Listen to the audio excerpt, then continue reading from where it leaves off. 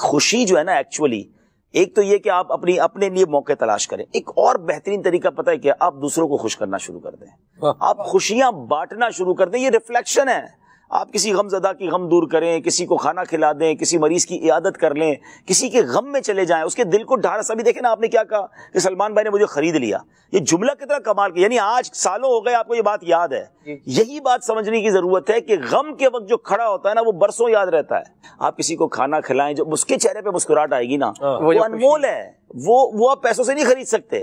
وہ آپ کسی کو کپڑے پہنا دیں، آپ کسی غریب کا بھلا کر دیں، وہ مسکرائے گا نا تو اس نے مسکرا کر آپ کو دیکھنا آپ کے دل کی کلیاں مسکرا اٹھیں گی. ہم سمجھتے میں خوش رہوں بلے باقی سارے برباد ہو جائیں. نہیں، آپ دوسروں کو خوش کریں، یہ دوسروں کی خوشیاں ہی آپ کو خوش کریں گی. آپ کے ملازم ہیں تو انہیں خوش کریں، آپ کے پڑوسی ہیں تو انہیں خوش کریں، آپ کے رشتہ دار ہیں تو انہیں خوش کریں.